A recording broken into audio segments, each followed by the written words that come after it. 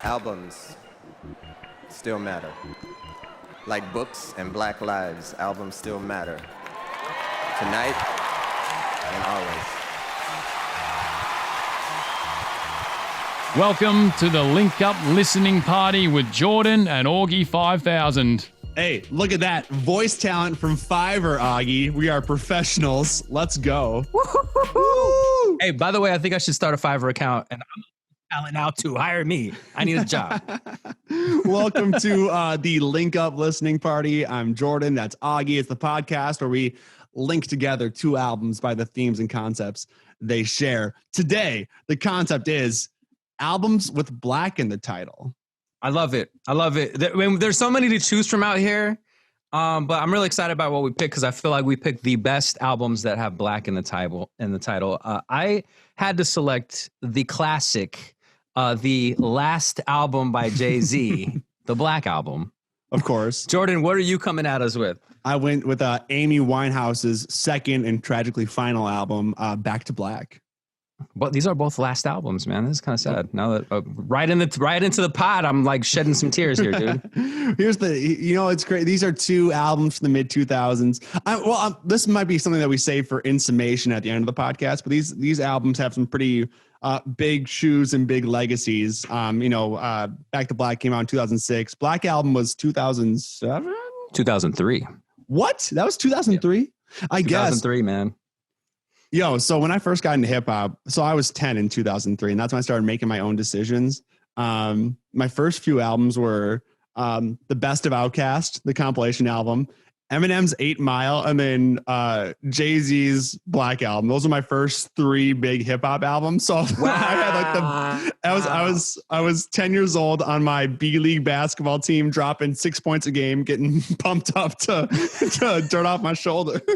Dude, that's awesome, man. That is so awesome. Yeah, I was in college when Black Album came out. November 14, 2003. Dude, I just realized here that I'm way older than you, dude. But you're not that much older than me. I think like we talk about but like when you talk childhood to college, like those early years is where the difference becomes stark. But now as adults, I don't think it really matters. It's whatever. It is what it is. And we're friends now, so screw it. Fuck it. Augie, give us the synopsis of Jay-Z's ultimate album. The Black Album. Yes, his ultimate. So he had this whole promotional run where he was doing interviews, dropping videos, talking about, this is my last rap album. I am retiring from rap. And everybody's like, oh my God, Jay-Z's going away and this is sad. And it's going to be a fantastic album though. Like Jay-Z's just so great and we're going to miss him. And it was a thing. And we were like ready for Jay-Z to be done. Some people weren't. It was a moment. But this album, most people said it was great. Most people said it was among his best. But there's like some mixed reviews that this album got, which is really interesting to know. That one of the reviews that I saw from back in 2003 was from The Guardian, and the writer said that he raps like Elvis in Vegas, whatever that means. Oh, kind of like Riding Into the Sunshine, like we talked about. Kind of, yeah. He's mailing it in. Oh, yeah, basically. Like, and I'm just like, I was like a little hurt. Now, the same writer, he came back like later, like 10 years after that, and was like, hey, I'm retracting a little bit of that. Like, he's fantastic on this, blah, blah, blah. Yeah, what a terrible opinion. That's bad. He wasn't phoning it in, guys. There's so many quotable lines in this. His beat selection was fantastic. It features production from some of the best of the era and some of the best of all time. Timbaland, the Neptunes, Kanye West, Just Blaze was fan. Let's not forget Just Blaze. Yeah. This album was absolutely fantastic production wise, back to back. DJ Quick was also on this album producing. Oh, that's right. Which is like everybody's least favorite song on this album. However, it's not my least favorite. I have a different least favorite song. But shout out to DJ Quick. It's not the worst song in the album. And went triple platinum. He sold a lot of records because a lot of people were excited about this album. And remember, I was 10, like we talked about. The whole like Jay-Z's retiring, they didn't really strike me. And I guess I never heard the reviews. This album has always been one that was like, oh, it was all over Rap City to Basement. Then I go to 106 Park and there it was. And then I go to MTV and there it was. Like these music videos are everywhere. So the fact that people were in here I guess searching for hot take Twitter existing in the early 2000s, trying to just get clicks. I see you, guy from The Guardian, but I disagree. Yeah. Let's Tell us move on. about Back to Black, man. Oh, Back to Black is just phenomenal. It is Amy Winehouse's, like I said, second and tragically final studio album, released on October 27th, 2006. It's a breezy 34 minutes and 56 seconds long. So if you haven't listened to an album in a while, it's a great jump off. It's an episode of something. Don't watch The Office again. Listen to Amy. It's ahead of its time. The short album, she started the wave. I'm saying that now. But we're not fact checking. Let's go. Well, Amy's influence has been noted throughout hip hop. People, how rappers are always like, yeah, I love Amy Winehouse. Have you noticed that in interviews? Her legacy lives on in hip hop and also inspired the retro revival that we see in Adele and Estelle. Any artist with ELLE in their name or ELE has been inspired by Amy Winehouse. As far as Amy's inspirations go, she was inspired by her fiance at the time and future husband, British actor Blake Fielder Civil, who temporarily left her to pursue his ex. What a piece of shit.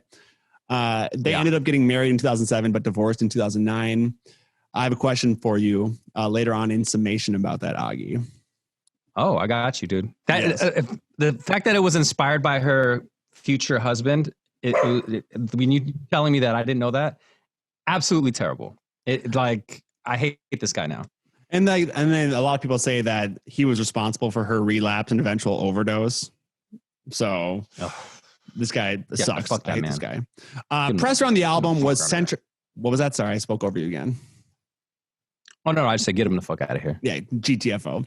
Press around this album was centric around the 1960s girl pop meets modern R&B approach and was met with much deserved acclaim. No Guardian Jay-Z slander. Everyone's like, yeah, this is great.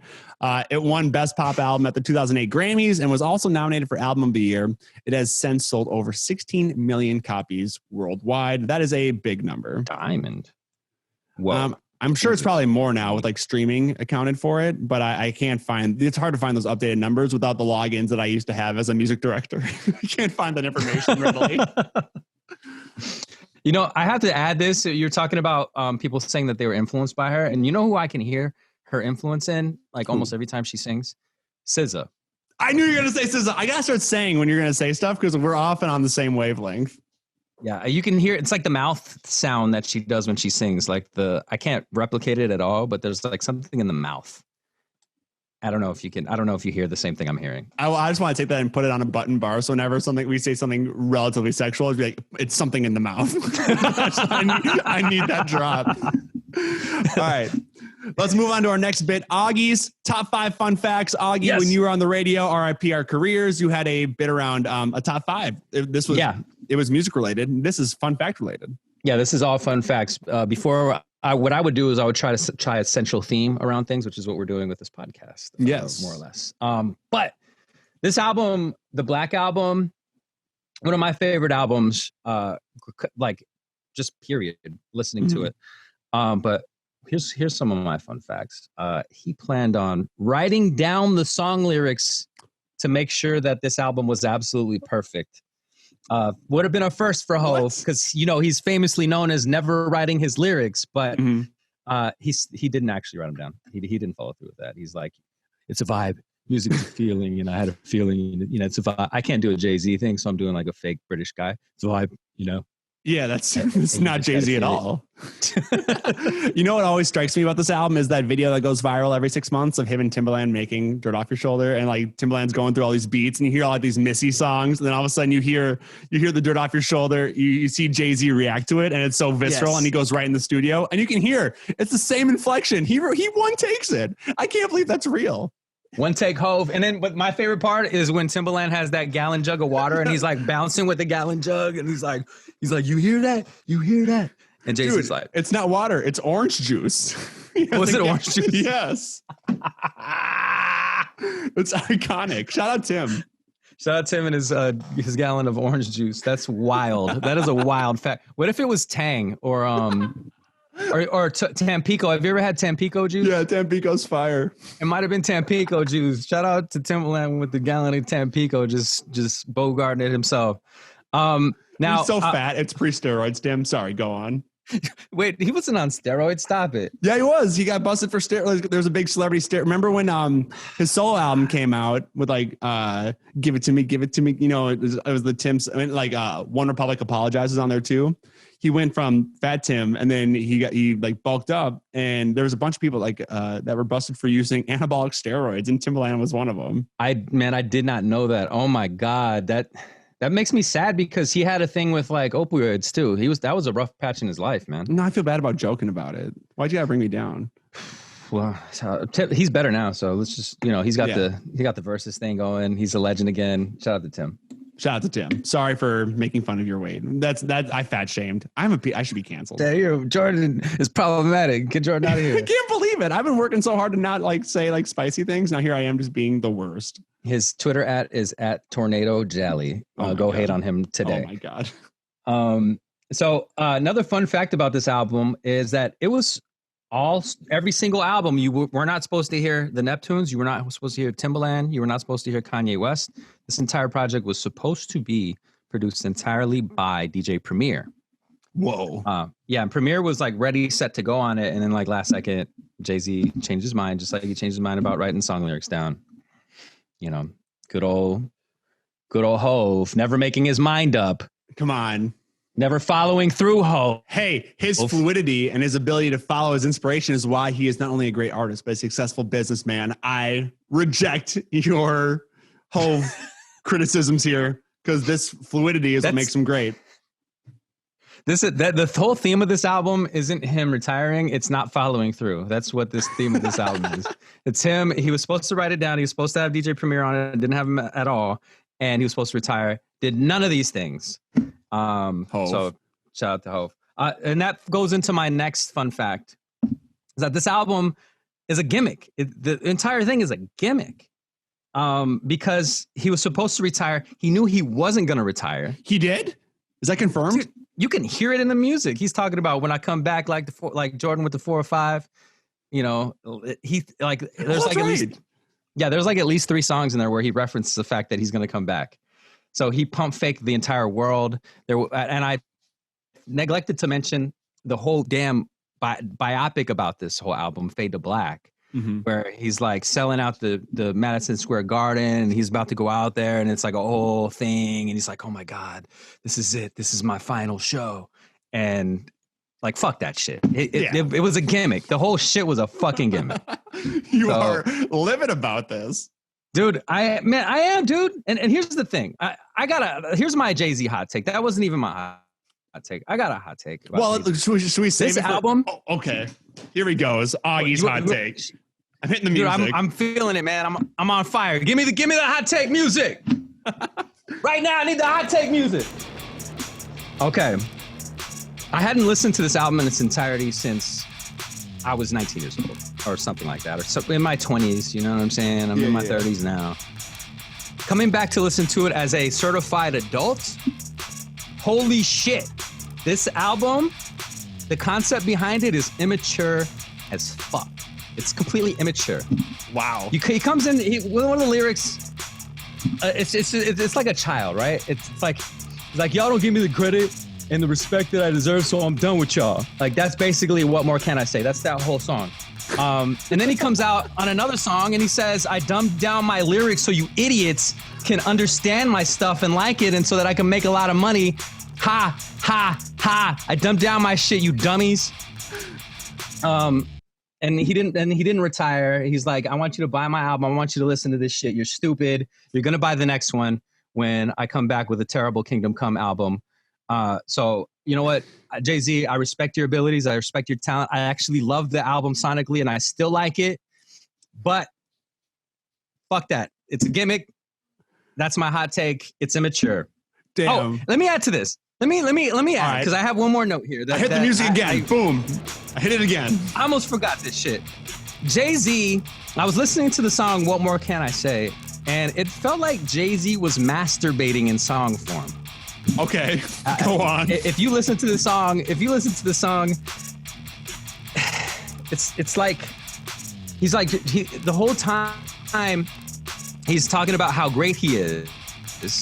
And he does that on a lot of songs. But there's like audience laughter, and there's like audience applause and shit, and he's like, woo, he's doing the woo thing on himself every time he hits a bar. Like, it just sounds like lyrical masturbation. He had a song called Lyrical Exercise. This was lyrical masturbation. He had a song called Song Cry. This was song Come. I won't let it come down my sheets, but I gotta make this song skeet. And that's what he did with What More Can I Say? And that's the end of my rant. I was really hoping to like push back on this. I can't. You really sold me. Let's move on to number 4. Okay. Number 4, they released the acapellas to this album. That's not a common thing to do. And it led to kind of a revolution in music. Of course, the masterpiece that is the Grey Album, where Danger Mouse masterfully put together the Beatles' White Album and mashed it up with the Black Album, which then led to Jay-Z and Linkin Park collaborating on the Collision Course, where they combined songs from the Black Album and songs from Meteora. And we had this mashup masterpiece. Shout out to Trucker Hats. You know what I'm saying? Shout out to Von Dutch. Shout out to the whole vibe. Yo, that's the only successful rap rock project in the history of the genre, which was short-lived, thank God. But like, imagine that, dude. Now, Linkin Park, dude. Linkin Park had successful albums. Yeah, but that just rock to me. And I guess you're right. Maybe Linkin Park was the only successful rap rock band. Shout out to Fred Durst. Give Fred Durst his flowers. I won't. No. We say that for the radio, Augie. You bring that in the podcast space, I'm gonna get pissed. Fred Durst is the man, dude. No, but like, think about this, dude. Linkin Park, one of the top 3 biggest bands in the world at the time. Like, they're selling off festivals in Portugal and shit at this point in their career. Yeah. And then Jay-Z being the best rapper of all time.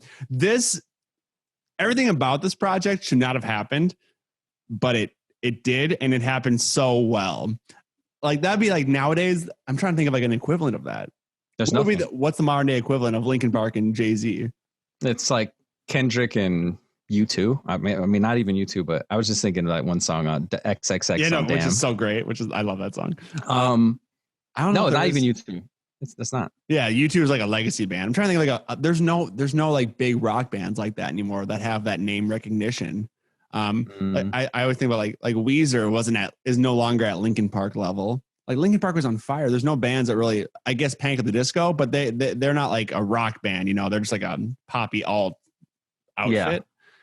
I don't want to say Imagine Dragons, because no one wants an Imagine Dragons. Well, I will say that Radioactive remix with Imagine Dragons and Kendrick Lamar is good. But that's because Radioactive is like their only good song. There we go. But nobody could pull this off anymore because nobody wants to hear mashups. Like, mashups became cool because of those 2 projects, the Grey Album and Collision Course. And it was like a whole wave of like, hey, I want to hear. And then you go to like clubs and shit. And literally every DJ sloppily mashing up like all this shit. And, you know, people were like fucking fist pumping the mashups. And it went away, which is cool. Go ahead. All right. Well, I'm gonna push back on your mashups thing. So there was like a 2-month period where I was DJing some smaller weddings. And I had a WAP and TikTok by Kesha mashup. So it was the TikTok beat with WAP lyrics, and it went crazy every single time. Because when you hear TikTok, you go back to 2010, right? So we're bringing out the high schoolers and these people. And then when all of a sudden Cardi comes in, or like, there's some hoes in this house, over like the bounce, and people are going crazy. So don't come for my profession, Augie. Hey man, listen. Mashups are still cool. They're just not the wave like they were once. Yeah. You know what I'm saying? There's a lot of bad ones. I think that they're very saturated. So if you would have been outside at that time, you would have heard some terrible mashups. These DJs thought they were creative, but they weren't that good. Talk about off-key shit. The worst. Now, the 5th and final of my fun facts here is that this album is featuring one of Jay-Z's own favorite songs. And of course, one of his favorite songs would be one of his own songs, because Jay-Z has a very large ego. And we all know this. If you listen to his music, you know, he believes in himself 100%. He talks himself up and he brags and he talks about stuff you can't afford. Now, the favorite song that is his favorite song is Allure, which is like the second to last song in the album. Neptune's, Pharrell's got some vocals on it. A fantastic song. I don't blame that for him being his favorite song, but it's just an interesting choice because he's got so much to choose from. I think Disclosure does a cool remix of Allure. It's kind of like Brit Euro step. It's really cool. That's a great song. Jay-Z has great taste. Who would have thought? I got to hear that. Shout out to Disclosure. Shout out Disclosure. All right, shall I move on to 5 fun facts about Back to Black, Augie? Please do. Boom, boom, boom. All right, number 1. Mark Ronson produced a bunch of stuff on this album, and he composed the title track the night after he met Amy. They met in New York. He said to her, yo, we should work. I don't have anything for you right now, but let me go home and play on my piano. And he did. They then made 5 or 6 songs together over the next 14 days. Wow. Yeah. Shout out to Mark Ronson. That started a whole wave, but you can get into that too. Oh, we will. Mm-hmm. Number 2, another, is this Mark Ronson and Jason? Fuck it. Number 2, inspiration is lightning in a bottle, Augie. Wouldn't you agree? Yes. This fun fact is no different. Mark Ronson and Amy Winehouse created the rehab hook while they were walking down the street to buy her then boyfriend, Alex Clare, not the Too Close singer, just some guy named Alex Clare. Her father, Mitch, revealed in his 2012 memoir, Amy, My Daughter, said she told him, being Mark, about the time at my house, being Mitch's house, after she'd been in the hospital when everyone had been going on at her about her drinking. And she said, you know, they tried to make me go to rehab, and I told them no, no, no, which is only 2 words different than the actual hook. Mark Ronson replied, that's quite gimmicky. It sounds hooky. And he was right. Mark Ronson is good. Could I have his ear, please? Because I'd be making a lot of money. Yo, so there's been, are you familiar with the question marks around Mark Ronson? No. So they say that all he does is work with like talented young women. He doesn't really work with dudes very often. And they say that there's like a sexual aspect to it. Mm. I did some light research into it, and like especially in terms of Amy, and Amy just said like, yeah, Mark's a genius. He's a great collaborator, and he like works a lot with King Princess, who's one of my favorite all up and coming artists. Uh-huh. And though it is quite suspect to be a white male only working with women, I'm right now, without super looking into it, and if you know about this, please tweet the podcast account or my personal account to correct me. I think Mark is being unfairly cast in this regard, because I think he just liked the way a woman's voice sounds over his music. I'll agree with that, because here's the thing about Mark Ronson is when I first learned of him, it was Amy Winehouse, but also like he did the song with oh God. I want to say there was a song with like Mystical. There's a Mark Ronson Mystical song out there? What? Yes, it's fantastic. Fuck Mystical, but that song is great. Mystical makes great music, but very problematic guy. Yeah. Well, okay, and then that leads into something else. But he also worked with Bruno Mars famously on Uptown Funk, which we will get to. Yeah. No, but continue. Number 3, in a New York Times interview, Ronson, there's a lot of Mark Ronson fun facts since he was so, yeah. What I found when making this is that obviously gonna be lots of Mark Ronson quotes because he was the signature collaborator on this album, but also, Amy's dead, so she can't talk about this anymore. And it really sucks. So I would love to hear her thoughts on her album's impact in the modern day. So these are all a lot of, hearsay from and experiences from Mark Ronson. In a New York Times interview, Ronson said they used every computer trick in the book to make it sound old, but sometimes you got to bring in the heavy hitters to get that vintage sound. So they did. They hired the Dap Kings and borrowed them from the legendary soul and funk artist Sharon Jones. Okay. Are you familiar with the Dap Kings, Augie? I'm not. Put me on. They are a soul revivalist group from Brooklyn, rising to prominence in the mid-90s. And besides hearing them with Sharon Jones and Amy Winehouse, you've heard them with country musician Sturgill Simpson, who is one of the few good country musicians. On Kesha's song Woman, and they play horns on Uptown Funk. Shout out the Dap Kings. Shout out to Dap Kings, man. And shout out to Mark Ronson for like just bringing people back and bringing certain sounds back. I love that. And also shout out Sharon Jones for letting them borrow the Dap Kings. Because, Sharon Jones and the Dap Kings were a touring act at the time before her death. Was her death 2006 or was it 2016? When did Sharon Jones die? Rest in peace, the GOAT, by the way. I don't know. It was 2016. R.I.P. the legend. Number 4, Amy Winehouse has a song called Me and Mr. Jones. Augie, do you know who Mr. Jones is? No, I know Me and Mrs. Jones. I don't know who Mr. Jones is though. It's Nas. Stop. Amy Winehouse loved Nas and even sampled Made You Look on her first album, Frank, which is weird because that's like a jazz album, but it kind of makes sense. Me and Mr. Jones is all about how she was bummed about missing a Nas concert. What? Dude, you know what? That's the fun fact of the day right there. Yeah. And then number 5, this one's kind of a gut punch, and I regret leaving us on this note. In 2006, Amy Winehouse told the Irish Times that she didn't want to do another record of Screw You songs. She wanted to make an album of winsome, pining love songs. Not Chocolate and Flowers love songs, but like looking out the window on a rainy day, wondering, like realizing how beautiful your relationship is. So like real love music, and we didn't get that. Obviously. The podcast's over, guys. I'm going to find out. I had reservations about keeping that, but I think it's a really interesting fun fact. And also it would be cool if she made that album. So when I'm DJing weddings in 2023, whenever that is again, they don't need to play another country song for the first dance. Okay.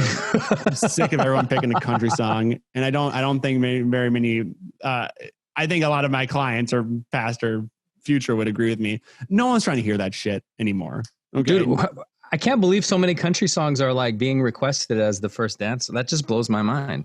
That's the only place for them to go because I'm not playing them during the dance. They always flop, by the way. They rarely ever go off. Dude, what? Why wouldn't you want like Tell Me by Smiles and South Star? Like, see, I always tell people to go with like, you know, like the Motown or like, you know, some classic records. So I was like, no, play Blake Shelton. I'm like, no. Okay, I guess I will because you're paying me a sizable amount of money. And I'll sell out for 3 minutes while I play a Blake Shelton song. You paid my mortgage this month, so it's fine. But dude, and the other thing is people don't slow dance to country music. I mean, they do. Really? Yeah. I don't know. But like I didn't have a slow dance with my wife yet. We haven't had our reception, but she walked down the aisle to a piano version of Kendrick Lamar's Love. So dude, that's brilliant. It was amazing. So I saw this tweet. I was like, why does everyone love Kendrick Lamar? Like you're not going to dance to Kendrick Lamar at your wedding. Well, we may not slow dance to Kendrick, but I watched my bride get delivered into my last name with his music. So, and I cried. So get out of here. That's fantastic. I love that. I gotta spit this out since we're talking about marriages and wives and stuff. Yeah. My wife walked out to Miguel. Oh my God. Was it Adorn? I think you told me this. Walked out to Adorn.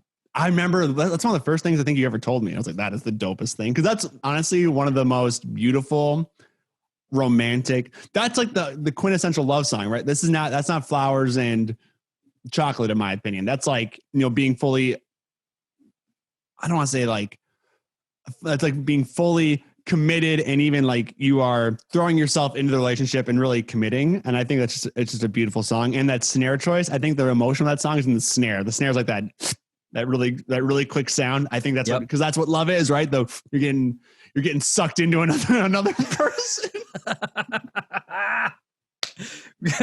We've defined love on this podcast as well. Getting sucked into another person. Let's go. I'm so sorry. Love is a vacuum. Love is but a vacuum. What that mouth do?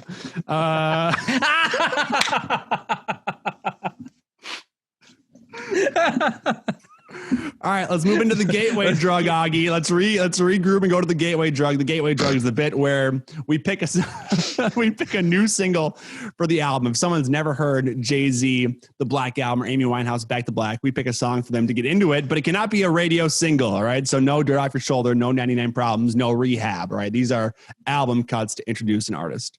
Dude, you have a very difficult choice, by the way. I didn't envy this for you at all, because pretty much every song on the album is a single for you. Mm-hmm. There's 4. For me, there's actually 5 singles. There's 5 on Amy Winehouse? I believe so. Oh, thanks for doing my prep. You're right, because you're right. Hold up. Don't worry. Give me your gateway drug. I want to say it's What More Can I Say? And earlier in the podcast, I said that this song was a lyrical masturbation. Yes. But it sums up the album quite perfectly because he says that this is it. It's over. Y'all didn't respect me. Y'all didn't hear my talents and stuff. And I'm done. And then at the end of the song, he like throws the mic or drops the mic and you hear it. And it's just like it's bad. But on second thought, because I thought about this a lot, actually it's Allure, which we talked about before, which is Jay-Z's favorite song ever. It's towards the end of the album. And it kind of like gives you the same type of sense without being like a lyrical jerk off. Cause he says like, He's going to quit with the women. He's going to quit with the music, and he's going to quit selling coke. And then he's like, but I can't. Well, he was 2 for 3. He quit the women. Well, no, 444 exists. He didn't quit. He didn't quit. None of it. And he probably quit the crack. I'm sure he wasn't selling. So he's 1 for 3. I mean, that's an all-star baseball player. Good job, Jay-Z. Let's go, Jay-Z. All right. So what was your gateway drug? I'm really interested to see what yours was for Back to Black. So it's hard to pick it. So the radio accessible albums or the songs on the album with my radio programmer brain, obviously were the singles, Me and Mr. Jones, You Know I'm No Good, Rehab, which were the first 3 songs off the album. Mm-hmm. So I went with the penultimate song of the album, He Can Only Hold Her. Again, it's very vintage. It's upbeat. So it's accessible without being a radio single, and introduces the listener to that vintage Amy Winehouse sound. It's very catchy, and it's great for, again, I clean to these albums, Augie. When we do these albums, I clean my house because I'm a stay-at-home husband right now. Mm-hmm. And I really enjoyed He Can Only Hold Her. I think it sums up it's a little more optimistic than the rest of the album, but I think it's a good gateway drug to what the sound is. It's not as eloquent as your discussion, but it's a great song, and I recommend listening to it. I agree with you on that. Let's go. But here's the thing. I just want to give a special acknowledgement to songs on this album. I have to shout out the last song on the album, Addicted. It's one of the great underrated weed songs on this planet. I mean, interesting. Not big pop art. There's no pop artists don't do weed songs, but she said, you know what? Fuck it. I'm dedicating an entire song to weed. And she said, like, you know, you got to give me some money if you're trying to smoke my weed. You know what I'm saying? I respect it. I respect it. I appreciate it. As a non-weed smoker, Amy Winehouse, thank you for that song. Amy Winehouse would have been really into like send me a Venmo. I'll send you a Venmo request if you smoke my weed. Yeah. Okay. I also, as a non-weed smoker, I do appreciate the song. As a weed eater, I don't understand it. Wait, so you don't smoke weed? You only ingest it in food? I'm fully into edibles now. Okay. Because I don't know, I get worried about my lungs. Okay. Especially after like the damage my junior and senior year of college did. I imagine like what happened to my body during that point. I'm like, I don't know if I should smoke this anymore. Well, the pro marijuana propaganda will tell you that nobody's ever died from cancer from weed, bro. Can you prove that? Like, I don't think you can. You're inhaling smoke. It can't be good. It can't be good. Yeah, I don't think it's the best thing for you. But it's probably, I would say it's definitely better than Marlboro. Oh, absolutely. And if someone, I'm not gonna say, if someone hands me a joint in 2023 when they're all vaccinated, and I will be making sure, hey, you're passing something to me. Let me see the vaccination card. But I'll accept. But I'm eating it. It's just better. It tastes better. You know, there's no coughing. You still have 40 minutes before you're high, so you can make a meal. Dude, that's risky business, man. I've been there, and like you're and everybody's been there where you eat it and you're like, this didn't do anything, and you're like sitting around waiting, and you're like, it's not doing anything, and then you just like go back and you're just like eating more, and you're like, oh no, never do that. Next thing you know, you're like on Mars and you can't get off. Dude, there's no I've never made that mistake. My friends have, and there's no urgency quite like. There's 15 minutes till it hits. You're like, wait, we need snacks. You're driving to we live right down the street from a Target. So we have 15 minutes to go to the Target, get the stuff and get back before we are decimated. So, yeah. I mean, and that's the thing. Well, the biggest problem with people without patience like you is that, and I've done this when I used to smoke, you smoke weed and then it hits you pretty quick, 5-10 minutes when you smoke it. So you're thinking, you have that same thought process of oh, this is weed. It's going to get me high. It's going to take 5-10 minutes. And then you're waiting for what feels like forever because you want to feel that feeling. But then you're like, damn, I didn't have enough because I'm too, you know what I'm saying? I'm too OG, you know what I'm saying? Too OG. I can handle too much. And then you really realize that you can't handle shit. I love the edibles that are longer than an hour to hit. It's oh no, maybe I did get it. I finally got a bad one. It's no, you didn't. I've seen the memes of when you talk shit about the edible, that's when it kicks in. That's a good one, dude. Shout out to everybody that struggles with that. I'm sure that probably like 90% of the people listening can relate. Yeah, hopefully. If not, sorry for going into a stoner podcast. We should do a weed one. Weed albums. Ooh, It'd be just like the Wiz Khalifa.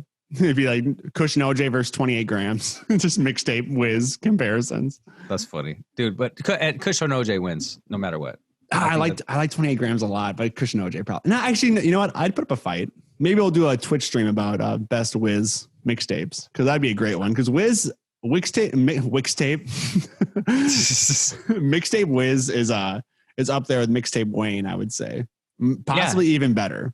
Definitely underrated than mixtape circuit. I just have to say that Kush and OJ probably one of the best mixtapes ever. Is that because it was so good at the time? Because I go back to it and I go, this is good, but it's not 28 grams. It's not Taylor Alderdice. I love mixtape Wiz. He's got some joints and he had a lot of great original songs on there. They were full albums, maybe, which is why I like it.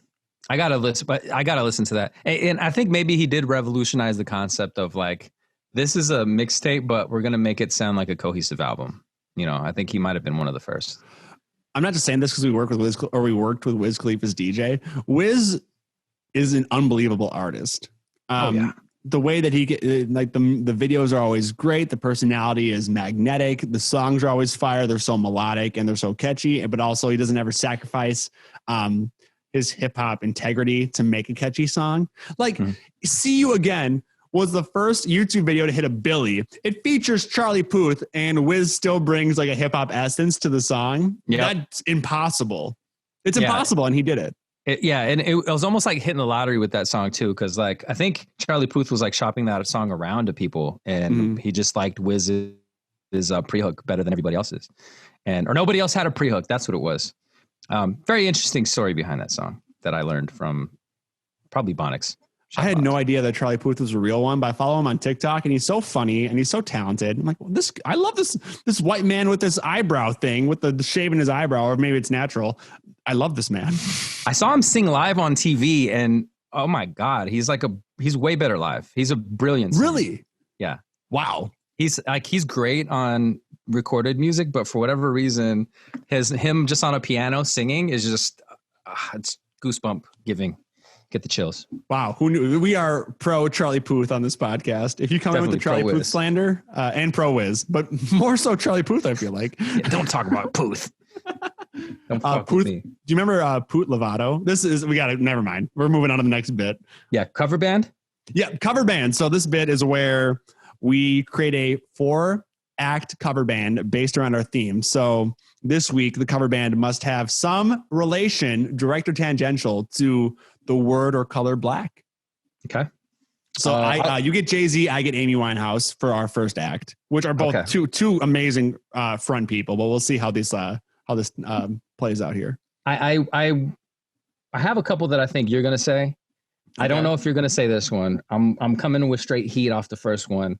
Got to include Noob Saibot in this band because Noob Saibot, if you are not familiar with the Mortal Kombat universe, Noob Saibot is the completely black character, top to bottom, who was famously named after one of the creators of Mortal Kombat. His name was Boone Tobias. Wait, so you have Tobias Boone. So you are discounting AC/DC and all the black music, black album title names, and you're going right to video games, dude. Noob Saibot, let's fucking go. I love it. This opens up a whole new realm for this bit, and I totally respect it. I never thought of that, but I love it. Keep going. Okay. Are you okay? I'll go. Black Thought just makes a ton of sense. Yeah. And I feel like you might have had Black Thought on yours. I did, but I got some backups, so you can have Black Thought. Okay. Because Black Thought could honestly fit on both, but of course, Black Thought, your favorite rapper's favorite rapper. Would have been a fantastic feature on this album, and he just fits in with Jay-Z. When you're talking about lyricists, he's just up there. Wait, hold up. I want to talk about Black Thought for a second. Okay.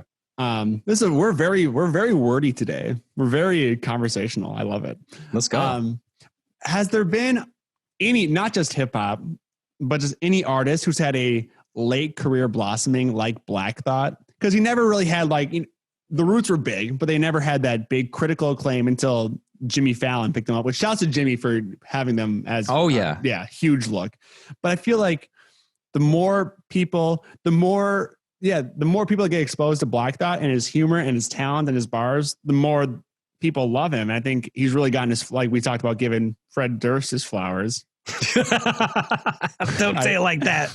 Black Thought has really gotten his flowers in the 2010s, which is very delayed. I mean, he obviously had his flowers in the hip hop community. Yeah, but now everybody knows about him. He went from like just being like the front man of the Roots and like rapping on songs and like doing tours and stuff. And like, I just famously remember Big Pun, one of my favorite rappers. He had featured Black Thought on his debut album, Capital Punishment, on the song Lyrical, Super Lyrical. And on an interview, he said, Black Thought's my favorite rapper, and I just wanted to have him on the album, and I wanted to see if I go toe to toe with him. And he did. It was great. So yeah, shout out Black Thought. And that was 1998, dude. 1990 motherfucking 8. Took him 12 years to get, I guess mainstream recognition is, I don't think that was ever Black Thought's aim. But it's just nice to see talent like that, especially like raw hip hop talent, centered hip. You know how every genre has a center? I feel like stuff like the Black Album and Black Thought is just hip hop in its purest, most centered form, sonically. And I love to see that rise to prominence and get love, because it's easy to be distracted by things of the moment, regardless of genre. Yeah. And it's great to see, in all cases, to see a great guitarist get love. Dave Grohl gets his flowers all the time because he's always talented and funny, and Black Thought gets the same thing. I think Black Thought is Dave Grohl level talent. Obviously. There you go. That's Jordan's take. Jordan's take today. I don't think it's hot. I think but it's still something. It's a take. It's a good take. So your band right now is Jay-Z, the guy from Mortal Kombat. What's his name? Noob Saibot, and Black Thought. Who is your fourth and final member of your cover band? I have one, then I think you're picking it, so I'm going to leave it alone. So I'm going to go with King T'Challa, the Black Panther.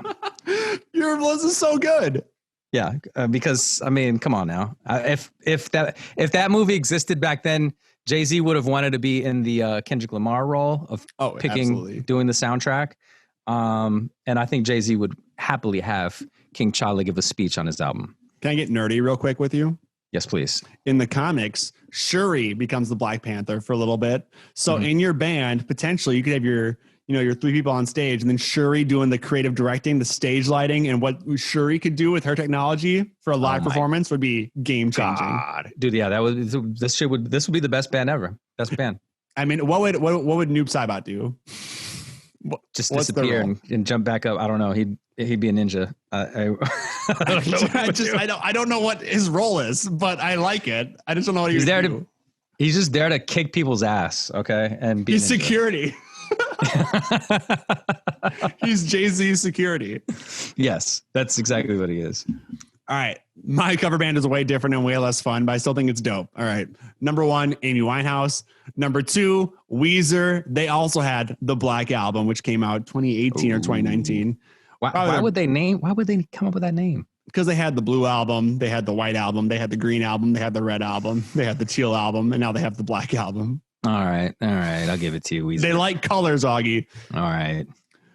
Number 3, Nas. He is featured on Santana's cover of AC/DC's Back to Black, which is so much fun. Have you heard Santana's and Nas's version of Back to Black? No, I would love to hear this. It's just Santana riffing on the E minor D, and then the C, just doing the whole riff. And then there's it's upbeat. There's bongos. Then Nas is rapping the chorus. Then he just has bars. It's great. Dude, that's fucking amazing. Yeah. Check out, I'll tweet a link out to that because it's just brilliant. And then number 4, Black Eyed Peas with Fergie. None of this non-Fergie BEP. I need her in this for this to work. Dude, no, listen, man. Listen, the Black Eyed Peas, but with Amy Winehouse instead of Fergie. I like Fergie. I love London Bridge. I love her. I don't love her version of the national anthem, but I respect I respect the go she gave it at the NBA All-Star game a couple years ago. And you know what? I respect her her ability to keep the show going. The show must go on. She I don't know if you are familiar with this, but back in the early days, she pissed herself on stage. I remember. And yeah. And she just kept on going, man. Show must go on. Pee or no pee. Speaking of pee, okay, so I found this tweet came across my timeline the other day of just Liam Neeson super drunk peeing his pants, and it's like paparazzi shots. If look up PM Neeson. What?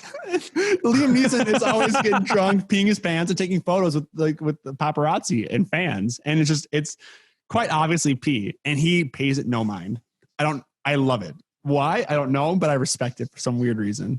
Dude, all right. Liam Neeson's problematic, right? Is he the guy that like wanted to kill a black person? Yeah, so he wanted to go hunt. He wanted to go full Taken on it because there was a threat or something made upon his family member. Yeah, and he was just gonna go kill black people. I don't know. That's what I don't. Yeah, and it was a black guy. Himself too. Cool. Well, it's been a very yes. So it sucks that Qui-Gon sucks, dude. It hurts my heart. I'm sorry. I know, man. That it hurts me. Yeah, Qui-Gon and fucking Ra's al Ghul and Liam. We're just destroying a lot of things in this podcast today. Yeah, it's very problematic. Some honorable mentions. Sorry, go on. The show must go on, though. We're not done with the pod. We're not. Some honorable mentions. No, honorable mentions. Hit me with those. Yeah. Wiz Khalifa, Black and Yellow. Pearl Jam had their album Black, and then Muse had their album Black Holes and Revelations. So, I mean, and then obviously AC/DC. But a lot of great rap rock potential here with the color black. It makes sense. I'm so disappointed in you, Jordan. Why? What I missed? There was one just staring you right in the face, and it could have been part of either of our cover bands. Jack Black. Oh no! How do we mess up? I'm really disappointed. It's all good. No, Jack Black that's my honorable mention. I wanted to see if you were gonna hit with him, but I mean, can't kill the metal, man. Honestly, I regret missing that. I was just so caught up. I have this weird thing with Black Eyed Peas where I want to give we're being problematic and we're giving people their flowers on this episode. I want to give Black Eyed Peas their flowers. I feel like when they were at their most popular, they're getting hated on, but no one really could lean into themes and sounds the way they could. And in hindsight, it's much better than any pop music out right now. So big ups to the Black Eyed Peas, unless they're secretly problematic, and then we have to get them out of here as well. Never. They're good. Never. Will.i.am is good. Never problematic. Black Eyed Peas. They had some bangers we were playing on Go 90. They had bangers we were playing on Go 95.3 recently. Yeah. R.I.P. The new joints are so much fun. They're leaning into. They were doing the whole like, what was kind of alternative hip hop to start off with, then full on four on the floor pop music, and now they're just leaning into like reggaeton. I love it. They're very versatile. If I were to basically like have a cover band for a wedding or something, and I wanted them to be able to play anything, Black Eyed Peas all the way. Do you have like $2 million sitting around to book them? Hey man, we're rich. We're rich in this fantasy. We're rich in bits. Final bit of the day, Augie. It's the Link Up album edition. When I was on the radio, we did a bit called the Link Up where we connect two songs together by something they have in common. This is the exact same thing, but with albums. And it's much harder, I've learned, because I was very good at doing two songs, but two albums is very difficult. So should we flip a coin to see who goes first? We got the green side and the white side, Augie. Pick call it in the air. I'll go green. All right. That wasn't in the air, but I'll respect it. Green, you go first. Let's go. All right. So here's how I'm connecting these two albums. Mark Ronson, of course, we've mentioned that he was a very big producer on this album. He produced Diamonds Are Invincible, which is a Michael Jackson song. Michael Jackson had Jay-Z featured on the Rock My World remix. Wow. Ding. We don't have a judge for this. We're going to have judges in future episodes. We're going to self-judge. Yeah. So yeah, basically if it passes your test or my test, it's good to go. We're going to go until we run out. If you're like stumbling and you can't figure something out and you're going off the cuff and it just doesn't fit, you're done. And then I win, or vice versa. Yeah. So I'm going to give you a ding. That's acceptable. Amy Winehouse loved Nas. Nas infamously had beef with Jay-Z. Jay-Z created the Black Album. I'll give you a ding on that because Nas actually had Amy Winehouse on the song Cherry Wine. That's right. Off what's that album? Life is Good. It's Life is Good. That's it. That's a great adult contemporary hip hop album. Definitely. Shout out to adult contemporary hip hop. Shout out to 444. I'm gonna lean into Little Nas here too, but not really because this is based on your description, or actually Amy Winehouse's description of the song "Me and Mr. Jones." That song was featured on the Ocean's 8 soundtrack, which famously stars one Rihanna, who done that song, at least one song with Jay-Z, notably Umbrella. Isn't that a Jay-Z signing as well? Yeah, he basically made her. And the rumor is that he was banging her, and Beyonce wants nothing to do with Rihanna. Well, you know what, Beyonce, you shouldn't have cheated with Sean Paul on the Naughty Girls set. Because Jay-Z won that battle, dude. Sean Paul versus Rihanna. I'm sorry. I love Temperature, but let's keep it a buck here. Whoa, wait. She banged Sean Paul? That's the rumor. Dude, get it, Sean Paul, man. Let's go. Shout out to Sean Paul. Yeah. Even though Rihanna's obviously like the more sought after artist in terms of stature, but Sean Paul's got some heat. Get busy, shake that thing. My dad thought that was a Middle Eastern song when he first heard it. He goes, "My people." I'm like, no, this is not us, Dad. Shout out to him for making music that versatile. Let's go. Well, I feel like a lot of reggaeton drums and Middle Eastern drums, they sound the same at times. They have similar rhythms. Yeah. Also, we both love rice. Just different spices. I have to say, Mexicans, we love rice too. So shout out to rice. Yeah, shout out to rice. I love. My wife is Japanese, so all of our meals are chicken and rice. It just depends on what spices we put on it on a given night. I love that. I love it. All right, your turn. Did I get a ding? No, it's my turn. You did that one, right? Yep. Sorry. Mm-hmm. Let's see here. Okay, Rick Rubin produced 99 Problems on the Black Album. When Amy first met Mark Ronson, Amy was surprised to learn that he did not look exactly like Rick Rubin. This is true. What? Stop it. She thought Mark Ronson had like a big beard and was old like Rick Rubin. Oh my God. All right, I'll give you that one. That one, the fact of that was fun enough for that to give you a ding. So ding on that one. I love Amy just low key. Well, I don't think it's kind of a roast, but it's totally mischaracterizing Mark Ronson because he's clean cut, tux all the time, and Rick Rubin is walking barefoot on the beach in a gray shirt and short combo. I love it. Yeah, Mark Ronson is basically James Bond. Like he doesn't go anywhere without a suit. I never thought of that, but I love it. Give me your link up. Thematically. Oh, you're on shaky ground already. Thematically, there's songs in here that have the same vibes. Okay, very famously, Jay-Z on the song "Allure," he says, "But every time I felt that was that, it called me right back." And we're talking about, he's talking about selling drugs, women, making music, the whole nine. And it's the same to me as they tried to make me go to rehab, but I said no. All right. You were on thin ice, Augie, but I'm going to give it to you. I get worried about the match. They both won't quit. They don't quit their addictions. That's really dark given how Amy's life turned out, Augie. You had me and then you hit me with that final line. It makes you want to ding it or it in bad taste. I'm sorry. Amy Winehouse. We might need to throw this one. You know what we should do? Let's throw this one to Twitter and we'll have like polls to see who won. Because you know me, I don't like to ruffle feathers unless I have to. And I feel you've ruffled some feathers already. I think you unnecessarily ruffled some feathers there by making that joke about Amy's life.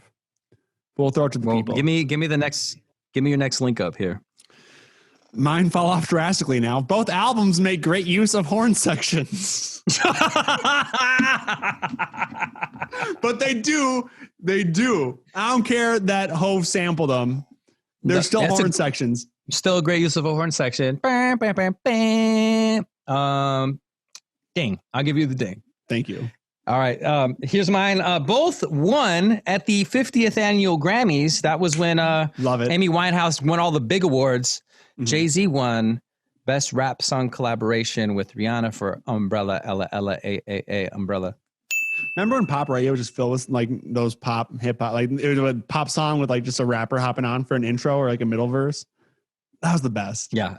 Shout out to that. That was very cheap, but we appreciate it. The best people at doing that were Pussycat Dolls, because they had Busta Rhymes and Snoop Dogg just hop in to provide some verses on some very great songs, Buttons and Don't Ya, respectively. Man, Don't Ya, I got a fun fact about Don't Ya. I'm ready. That was like somebody else's song and it was already a hit and they kind of like covered it, but they were Was it? credited with that song. Yeah. Really? I can't remember her name. I'm doing a quick Google search, Yeah, Jordan. here we go. I'm Googling Don't Ya Wish Your Girlfriend. Was hot Don't- like me. Tori Alamaze. We almost have the same last Tori name. Alame. That's it. Yep. That's the Wait, one. Is she Middle Eastern? Alamaze? Nope. We are not related. I saw the ALAMA. I was like, wait, cousin? And to me, that song goes harder than the Pussycat Dolls version. Really? Just personal taste. Yeah, just personal taste. Take a listen. There's no Busta Rhymes on that version, though. That's fair. That's fair. I feel like Busta probably would have been on the Tori Alame version. Well, he's getting his check either way. Shout out Either to way. Busta. Also, that new Busta Rhymes album, great. Oh, dude, fantastic. Might have been the best album of 2020. Might not have been. I don't know. But it was good. My favorite solo Busta Rhymes work since Touch It. It's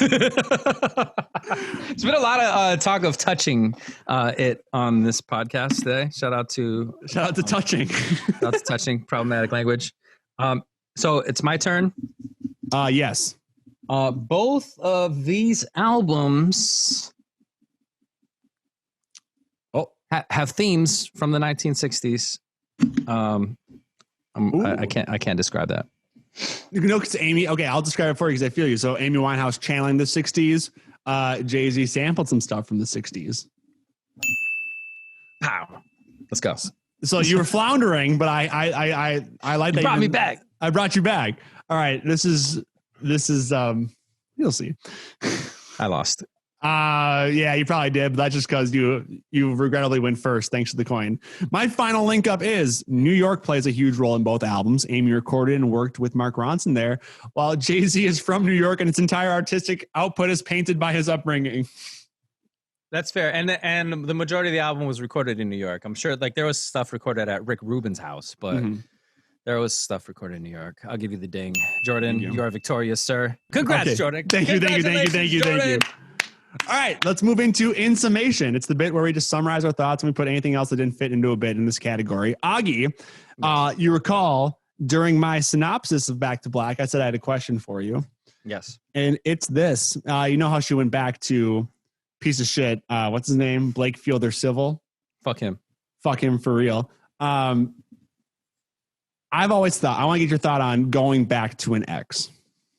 I'm staunchly against this in most circumstances.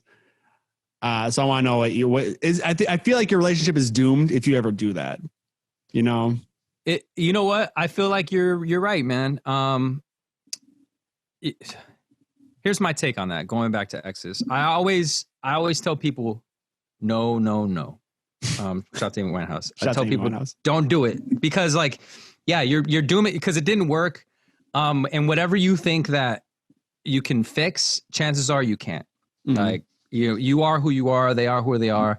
And maybe 5 years down the line, you know what I'm saying? If you guys are both still available, it could work because you've both grown and maybe you fixed some of the problems that the relationship didn't work, whether it was you that was a problem or whether it was the other person or whether it was both of you together. But I will say that I am a product and my relationship is a product of breaking up and getting back together. Really? Yeah. Me and my wife, I had broken up with her at least once.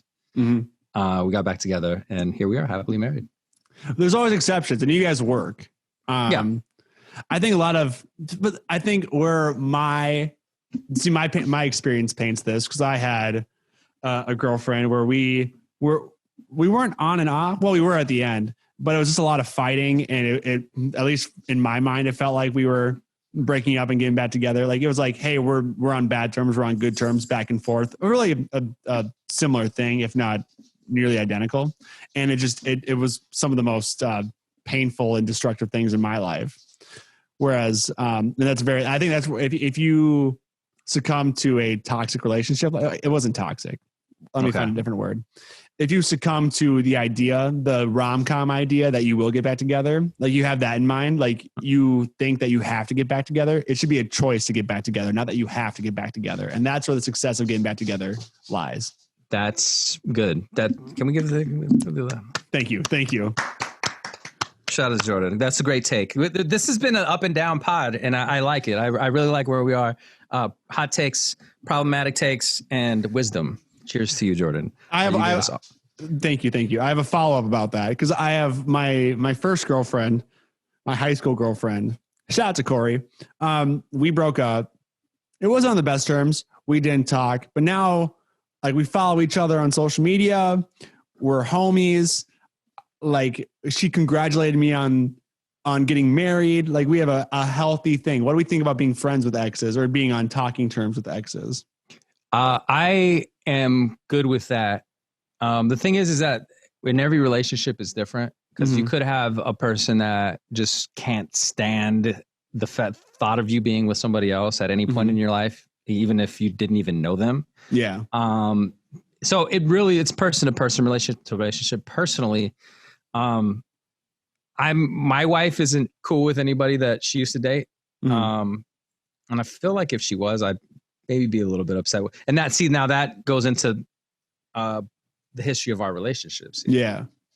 We broke up for a while. We dated other people. How long have you guys broken up for? Half a year-ish. Something like that. Yeah. See, I think that's a comeback story. That's 6 months is more than enough time to find yourself and figure out like how special what you had was. I love it. Dude, and I got a story. It's too much for this podcast, but another time when we can do some love albums, and I'll break it all down at that. We'll figure it out. It's just a lot for this podcast. Yeah, I feel it. It's been a big one. So I want to ask you a question about Amy Winehouse. This is kind of a hot take, or this may have been talked about before, and I didn't do my research on this to know if anybody's talked about this. But it's a thing. My question for you is, if Amy Winehouse wasn't white, would she have been an international sensation? I'm inclined to say no. Because there's been black artists doing this forever. That's something that painted my experience with the album. This is definitely, it's soul. It's a black genre. So, and I totally agree. The whole appeal of this album was that like, I remember the first time I listened to this album, I was sitting on the sidewalk in West LA. I was waiting to be on the show The Price is Right. I wanted to be on The Price is Right before Bob Barker left the show. I love The Price is Right, by the way. And so I get to LA. I drive there by myself because nobody wants to make this last second trip with me, but it's cool. I drove from Phoenix, went to LA. It's a 5-hour drive. It is what it is. I got there at night, and I decide this was pre having everything on your phone and be able to find addresses. It was pre that. But I knew where I was going. I had looked it up. I had MapQuest, you know what I'm saying? Oh, MapQuest. Printed it out, you know what I mean? I decided, got there like 10 at night. I drove around the studio where it was just to see where it was, so I knew how to get there the next day. And there were people waiting outside. Whoa. And I was like, oh shit, I better get outside and wait, because if I don't get in line with these people, I'm not going to get on the show. So I go find a place to park. I get in line, and I'm sitting there, and it's raining down on us. And stupid me didn't bring an umbrella. But the people that I was sitting next to, they had like a spare newspaper. They gave it to me, and they're like, dude, you gotta listen to this artist, man. Her name's Amy Winehouse, and she sounds like a black artist. She sounds black, but she's white. You gotta hear this, and she's amazing. And that was like that was how it was like told to me. Oh, and these were these two. This was this black couple from San Francisco, And they're like, yeah, she's from Britain and she's white and she sounds like she's black. And they like put their headphone in my ears and I'm like, holy shit, this is great. And holy shit, she sounds black. And so like, that was the whole appeal of like, she sounded like she was from a completely different era. The face did not match the voice. And to me, like, I just think about it. And I think about artists like Mayer Hawthorne as well. You know, like, I mean, he acknowledges it. He's like, yeah, I'm a white dude and this is the music I like. And there's nothing problematic with Amy Winehouse making that type of music, John Mayer making that, or Mayer Hawthorne making that type of music. And there's nothing wrong with enjoying it either. But that question stuck in my mind listening to this album. It was just there. The media coverage and the attention to it is where the problematicness comes in. I've had many conversations on my rather spicy IG lives about the alternative format in radio and how it's all white dude bands. And then Amy Winehouse made it to library. Well, if Amy Winehouse can make it to library, why not other, why not Solange or SZA and other artists that kind of dive into this realm, artists that have artist roots. Even things like Tyler the Creator or Run the Jewels or Outkast are the Neptunes. NERD. NERD. Come on. No, I had NERD in our Phil category. Don't worry. So whenever the hour, so we in radio stations you can see when the hour is under. I had a lap dance in there. I love it. It was great. Let's fucking go. But yeah, I think because I like you said, it's not bad to enjoy the music, but when certain, it's kind of like what's that? Who's this rapper? I don't like this rapper. What's his name? NF. Yeah. Like, how come he's on pop radio even though he does not make an impact? And the only reason he makes an impact is because kids I went to college with like him because he's Christian. He's not. Like. And he sounds like he's Eminem. Like he sounds like a very lightweight Christian, uplifting Eminem. Yeah. Is he up? I feel like his songs are always they're kind of uplifting, but they're also kind of sad. I don't know. That too, yeah. I mean, he's just not dark. I should say he's very not dark Eminem. Yeah, but how come? Okay, if we're gonna go like the Christian rap lane, the best Christian rapper is Lecrae or Malice, not NF. Like how come? Like if that's and it leads me to believe that it's a skin color thing. I don't think I can deny it. Dude, so the music industry is the last industry where segregation remains. Yep.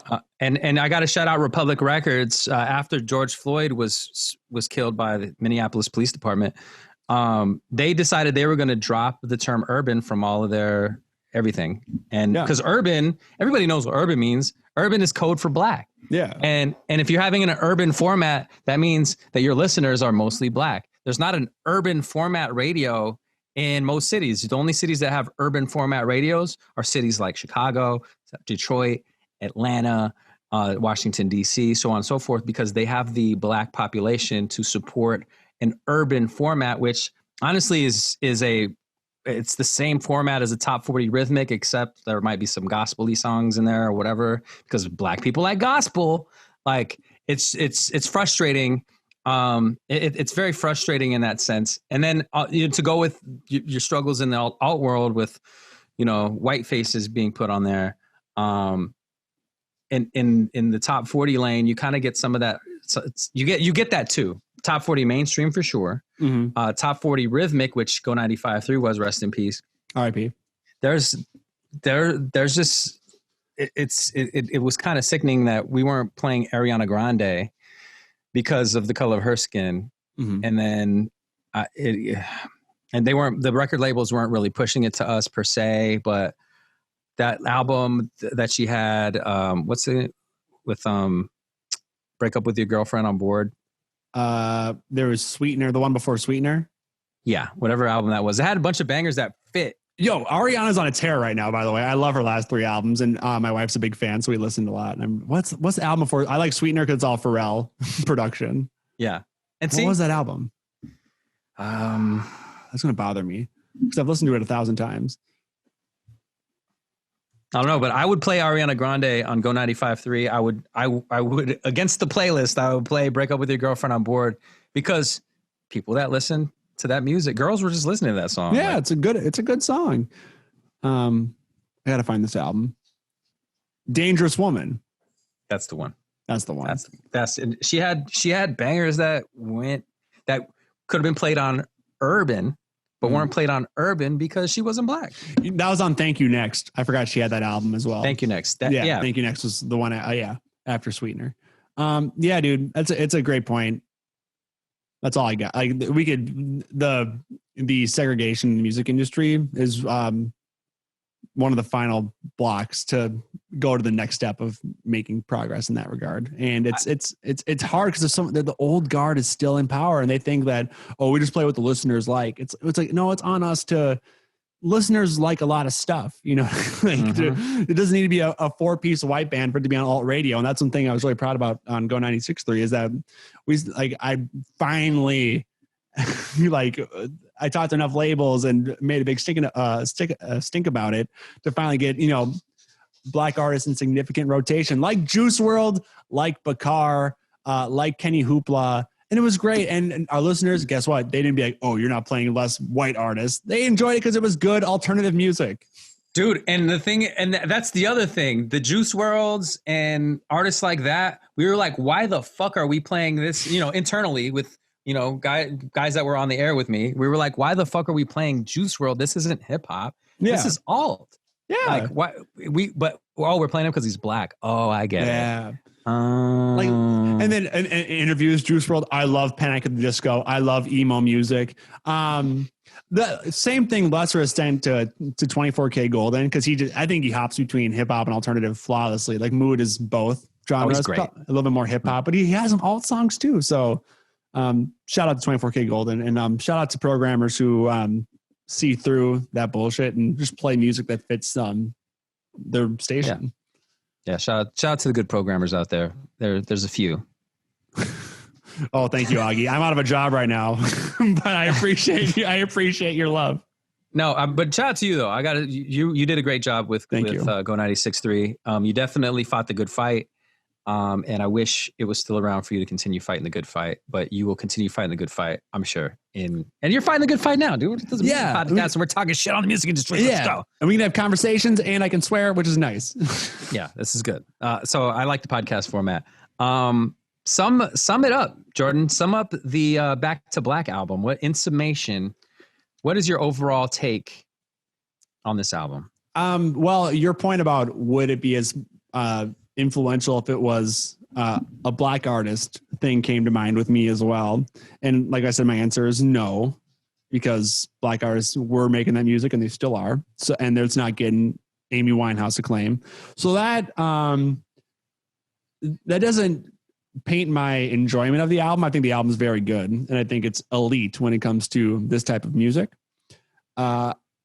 However, in summation, this album makes me hate music media even more because it's such a zombie, and it's everyone just regurgitating, and they read a couple people they trust, and then they say, "Oh, this is great." There's no synthesis of opinion happening in media much anymore, and if it is, it's coming from the best music analysis comes from Twitter and TikTok and people talking about the music, not Pitchfork. True.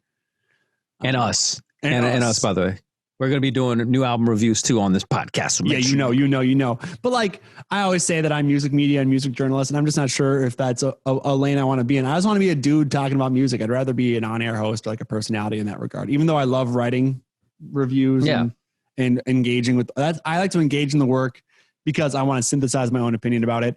I refuse to believe that the newest Eminem album is good. They're not good anymore. And I don't care what anyone says about it. They're not good. You can't convince me that rapping loud, angrily, and fast and rhyming is good hip hop. Look what I'm planning. Portion of floorboards and that's an awfully hot coffee pot. Should I dump it on Trump? Probably not. Everyone's like, oh, I'm like, that shit sucks. It's so bad. Oh my God. I forgot he did that. Oh my God. But, I in summation, I wish this album made me think about the machine at work. I'm being kind of redundant, but it made me think of the machine at work and the lack of synthesis and opinion. That's my in summation. Okay. Summing up the Black Album. Yep. By Jay-Z. It gave us so many classics, right? Stuff that timeless hits, things that you'll play Forever and Forever, 99 Problems, great storytelling song, one of the best. You got the interlude there, the Allow Me to Reintroduce Myself. You could just play that and just feel amazing. There's the songs that just make you feel good. Earlier in the podcast, I talked about how this was just Jay-Z beating on his own chest, being mad that people didn't give him the respect that he felt he deserved. It kind of like showed off his arrogance and showed off his narcissism in this album. And listening to it and listening to the Kanye production and some of the Kanye vocals that we got in this pre-Kanye solo career, by the way, it made me realize what drew Kanye to Jay-Z. It was that. It's the dragon energy that Kanye West famously said the reason why he liked Donald Trump. I think Jay-Z has that energy as well. For better or for worse, I think Jay-Z's a much better human being than both of those guys. Yeah. However, there is narcissism there. And I'm not a psychologist to say like they have narcissistic disorder or whatever, what have you. But I saw that. That was the draw. That's what drew Kanye West to Jay-Z, making them quote unquote brothers. Mm-hmm. And, saying all that, my criticisms of Jay-Z, criticisms of the album, listening to these songs and knowing that they're coming from a place of him beating on his chest makes you want to beat on your chest. That's what I love about this album. And in earlier Ye, before he went very grossly. There's a brilliance to that. Like there's songs that you want to play in your car and songs that make you feel cool and albums that make you feel cool. And this is definitely top of the list. It gives you the vibes throughout the entire album. You want to be the best you can be. You feel like you're fucking Jay-Z in this. You feel like he's talking about you while he's talking about himself. That's the brilliance of the Black Album. And then I also want to go on to say that there's ties here between these two albums beyond the simple titles, the Black Album, Back to Black. The tie here is vices, I think, and just and understanding your problems. That in a recurring theme in Back to Black is that she's having problems. She's having relationship problems. She's having alcohol and drug problems. Just a very messy. She's showing off her mess to the world in a very cool way. Jay-Z also showing off his own mess to the world in a very cool way. And I think that is what ties these albums together. That is a beautiful conclusion, Augie. And I love the music journalism at work in your brain right now, because you are synthesizing your own opinion and you're drawing your own conclusions. And you are emitting drag energy by being your own person. Big smog vibes in your mountain with all your treasures, which is your music knowledge. This is episode 1 of the Link Up, the album listening party, or we call it the listening party? The Link Up listening party. Appreciate you tuning in. We love you. Make sure you check us out on YouTube. Make sure you check us out on Twitch. We're on Spotify and Apple Podcasts, so you can listen to us every single week. Dropping on Tuesdays, live Twitch streams before that, probably Mondays. We're still figuring that situation out. But if you want to follow along, there's always homework to do during the week. So this week, you're going to want to listen to 2 albums, Drake's Take Care and Lord's Melodrama. What do they have in common? This is going to be a good one. Make sure you're locked in. Peace.